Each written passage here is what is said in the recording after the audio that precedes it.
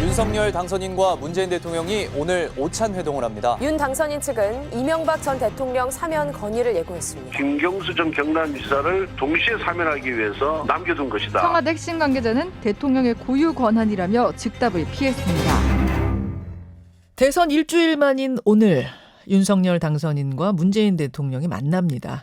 이 자리에서 윤 당선인은 문 대통령에게 이명박 전 대통령 사면을 건의할 거란 얘기가 나오고 있죠. 문 대통령은 어떤 선택을 할까요? 이 외에도 청와대 이전 문제도 지금 이제 심도 있게 논의가 되고 있는데 이에 대한 여당 중진의 의견 들어보죠. 더불어민주당 김두관 의원 연결이 돼 있습니다.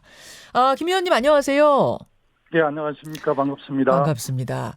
오늘 대선 후에 첫 만남인데 진짜로 윤석열 당선자가 문 대통령께 사면 건의할까요?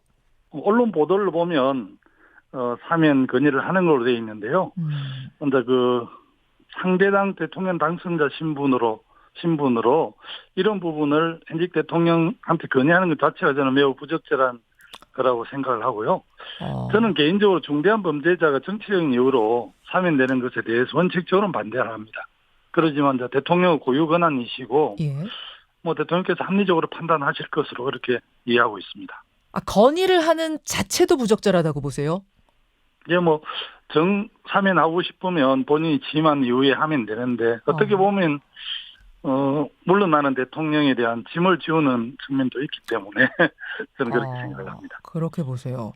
그러니까 건의를 하는 그 형식 자체도 지금 부적절하다고 보시고, 사면 자체에 대해서도 반대하시고, 개인적으로는? 예, 일반 우리 국민들 입장에서 보면, 네.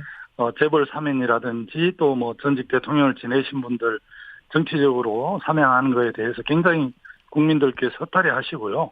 사실은 민생 범죄와 관련된 가벼운 범죄를 저지르고 이렇게 행을 살았던 분들한테 사면하는 것에 대해서는 국민들께서 오히려 이제 동의하시지만 예. 정치적인 이유로 그렇게 사면하는 거에 대해서 우리 국민들께서 흔쾌히 동의하지 않는 측면도 있고요. 또 크게 보면 상권분리 사법부의 판단을 또 이렇게 훼손하는 측면도 있기 때문에 그렇게 생각하는 것 같습니다. 자, 근데 실예가 있죠. 과거에 김영삼 대통령이 김대중 당선자 의견을 수용해서 전두환 노태우 두 전직 대통령 사면하는 일이 인수위 시절에 있었어요. 그리고 그때도 명분은 지금과 똑같은 국민 통합이었습니다. 그것도 그러면 부적절했다고 보세요? 사실은 김대중 대통령 당선자의 제안을 받아서 이제 김영삼 대통령께서 사면을 했는데 네. 그 사면에 대해서 굉장히 뒤에 논란들이 많았지 않습니까? 또 사면을 받은 두 분 대통령 중에 한 분은 전혀 역사적 가오에 대한 성찰과 반성이 없다 보니까 더더욱 국민들께서 동의하기 어려웠던 그런 사례들이 있는 거죠. 그러니까 김대중 당시 대통령 당선자가 건의했었던 거라고 해서 다 잘 된 건 아니다. 그때 그 판단이 지금 바람직하지 않았다고 보시는 거군요. 예, 특히 이제 지난번 박근혜 대통령 사면에 대해서는 우리 국민들께서 좀 다수가 동의를 했지만 이명박 전 대통령에 대해서 사면에 대해서는 크게 동의하지 않았고요.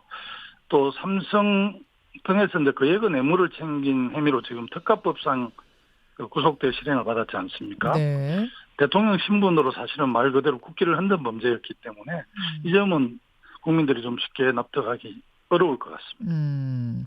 좀 특이한 건 지금 수감 중인 김경수 전 경남지사 이름도 같이 거론이 되고 있다는 사실이에요. 그러니까 윤석열 당선자의 최측근인 권성동 의원이 어제 뭐라고 했냐면 문재인 대통령이 이명박 전 대통령과 김경수 지사를 함께 사면할 거다. 100% 확실하다.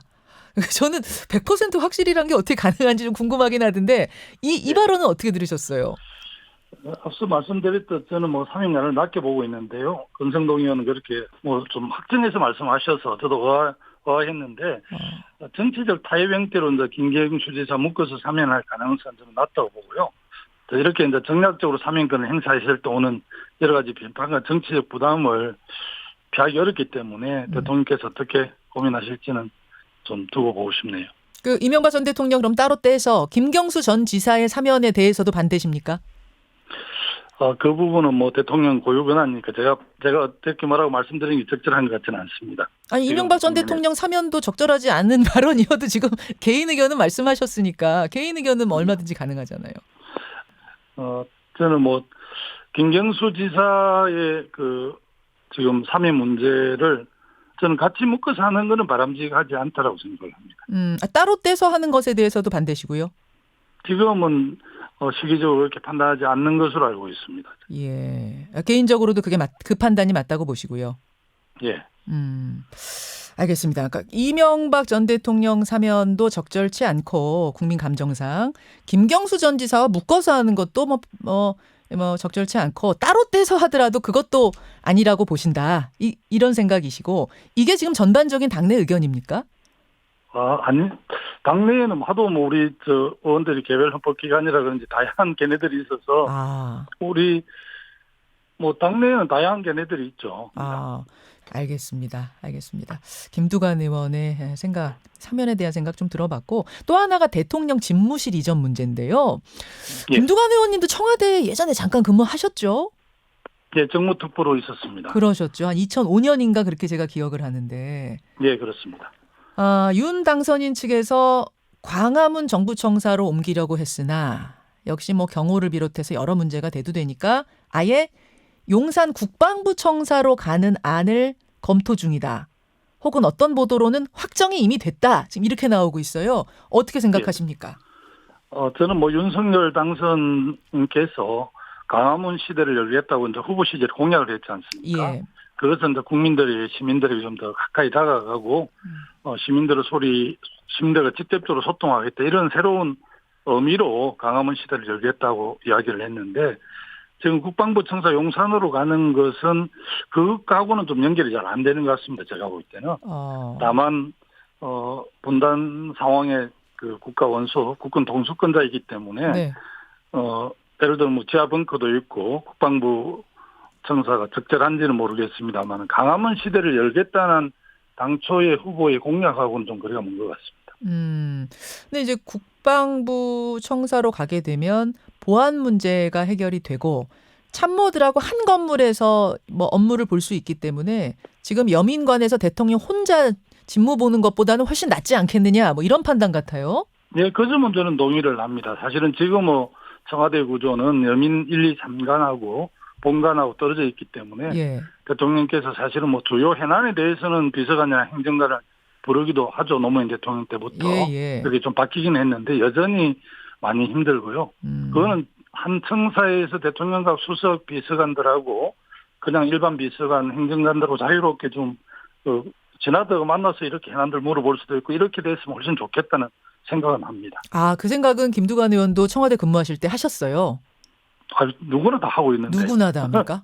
예. 청와대 근무하시는 분들은. 왜 대통령 혼자 여민관에서 저렇게 덩그러니 업무 보셔야 되는가? 조금 더 가까이서 소통했으면 좋겠다는 생각을 예전 대통령들도 다 하셨단 말씀이에요. 그렇죠. 알겠습니다. 민주당 김두관 의원 만나고 있습니다. 민주당 상황으로 넘어가 보죠. 대선 패배 후에 민주당은 비대위를 출범시켰는데요. 김두관 의원께서는 윤호중 비대위 체제 어불성설이다. 이렇게 좀 강한 쓴소리를 내셨어요. 예. 어떻게 생각하시는 겁니까? 이름만 비상대책위원회지 전혀 우리의 상황을 비상상황으로 보지 않는 처사였다고 저는 봅니다. 흔히들 이제 관리형 비대위라는 그런 말이 있지 않습니까? 예.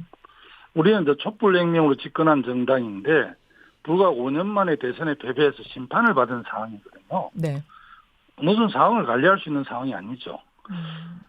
정말 쇄신하고 혁신해야죠.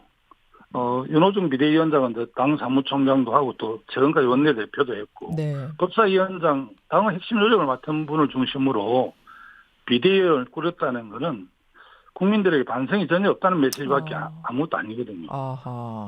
기득권을 놓지 않았다는 당 안팎의 비판이 그래서 나오는 거죠.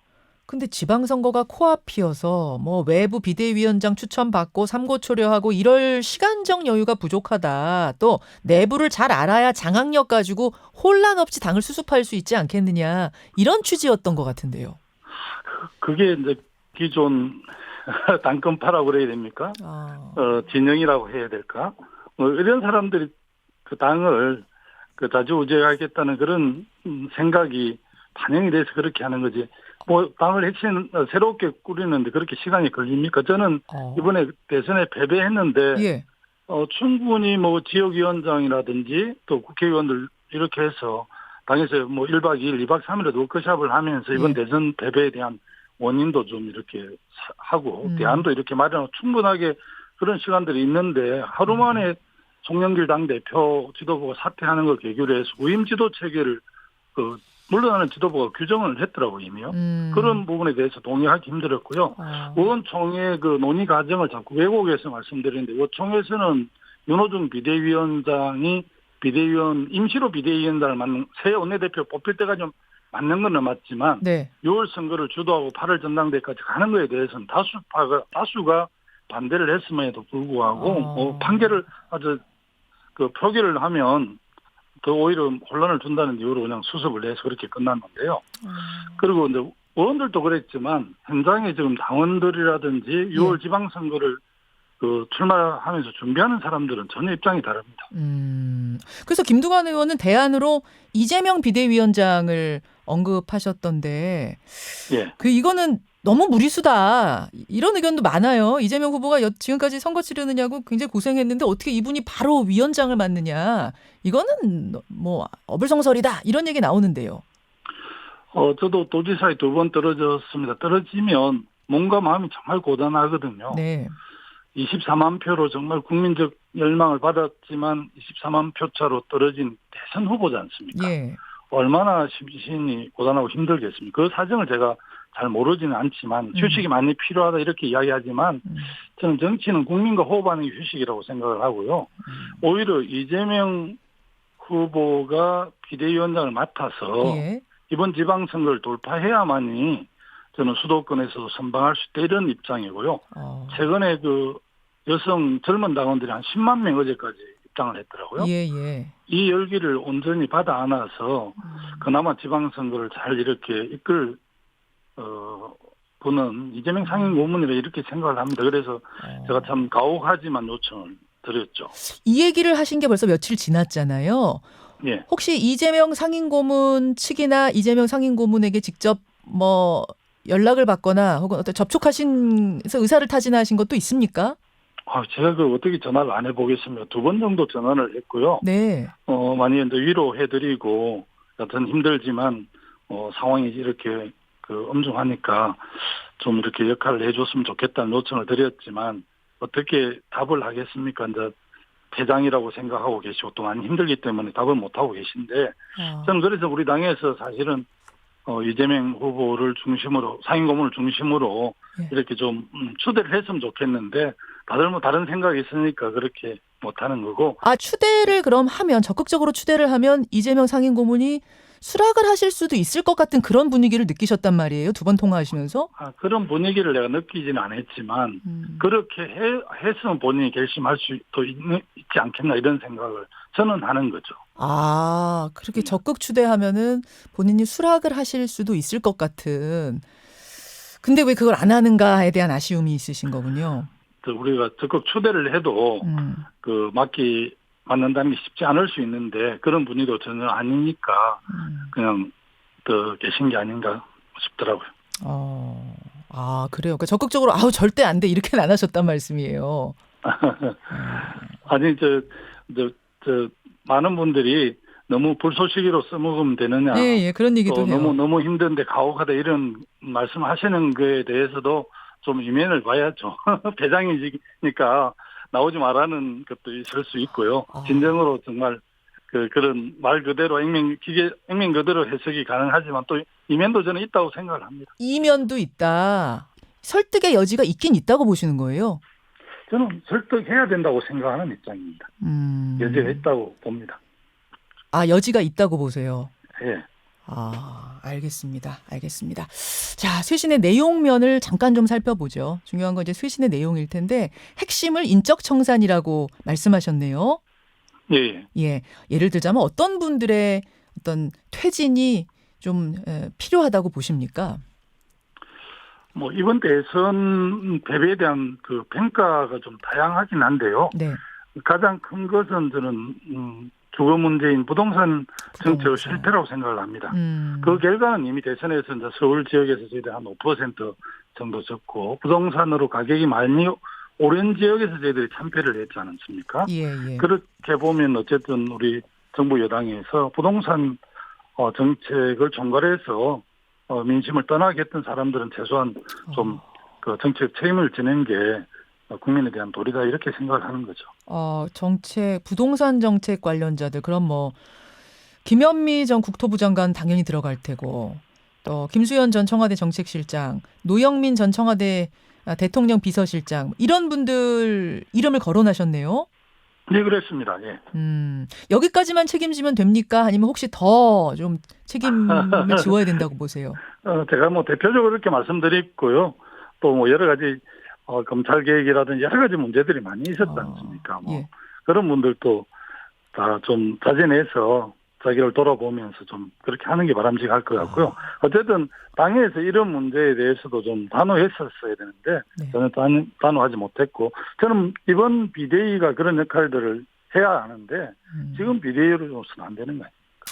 지금 비대위로서는 안 될 것 같다. 아니 근데 어제 권지웅 비대위원, 이 청년 비대위원이 저희 뉴스쇼 출연을 하셨는데요. 권 예. 비대위원은 비슷한 맥락의 말씀을 하시더라고요. 문정부의 예. 책임 있는 인사는 이번 지방선거 공천에서 배제해야 한다. 그럼 이거는 비대위 전체의 의견, 다수의 의견은 지금 아닐 거라고 보시는 거예요? 아마 그 권지웅 비대위원이 현장에 이제 당원들이라든지 당을 염려하는 사람들을 좀 이야기를 듣고 그렇게 말씀하신 게 아닌가 저는 그렇게 이해가 되거든요. 문재인 정부에 참여한 모든 분들이 다 책임 있다는 그런 말씀은 아닐 겁니다. 네. 아마 좀 더 중요한 직책이 있었거나 또 책임 있는 역할들을 했던 사람에 대해서는 기본 선거에서 어쨌든 좀 그 배제를 하고 좀 참신한 사람들을 예. 잘 발굴해서 이렇게 지방선거에 대응했으면 좋겠다는 취지로 하는 이해를 했습니다. 예. 근데 어제 그 권지웅 비대위원 이야기를 듣고 친문계가 상당히 격앙됐다는 소식이 전해져요. 특정인을 겨냥해서 불출마를 공개적으로 요구하면 이건 뺄셈의 정치가 된다. 책임져야 할 분들이 스스로 결정할 문제지 지도부가 나서서 당신 나서지 말아라 이렇게 말하면 화합이 안 된다. 김두관 의원 어떻게 생각하세요? 그래서 선당 우사가 가장 좋기는 좋은데 누가 선당 우사를 잘 안 하지 않습니까? 그리고 그렇게 분노할 이유가 뭐 있나요? 정치적 책임을 질 사람들에 대해서 정치적 책임을 지라고 요구하면 그것을 수용하면 될 일이지 거기에 뭐 그렇게 분노할 일은 아닌 것 같은데요. 알겠습니다. 여기까지 말씀 듣도록 하지요. 김두관 의원님 고맙습니다. 예, 감사합니다. 예, 민주당 김두관 의원 만나봤습니다. 김현정의 뉴스쇼는 청취자 여러분의 참여로 이루어집니다. 트위터, 페이스북, 레인보우 게시판, 그리고 단문 50원, 장문 100원의 유료 문자 샵 1212, 우물정 1212 통해 참여하실 수 있습니다. 김현정의 뉴스쇼, 여러분과 함께 만듭니다.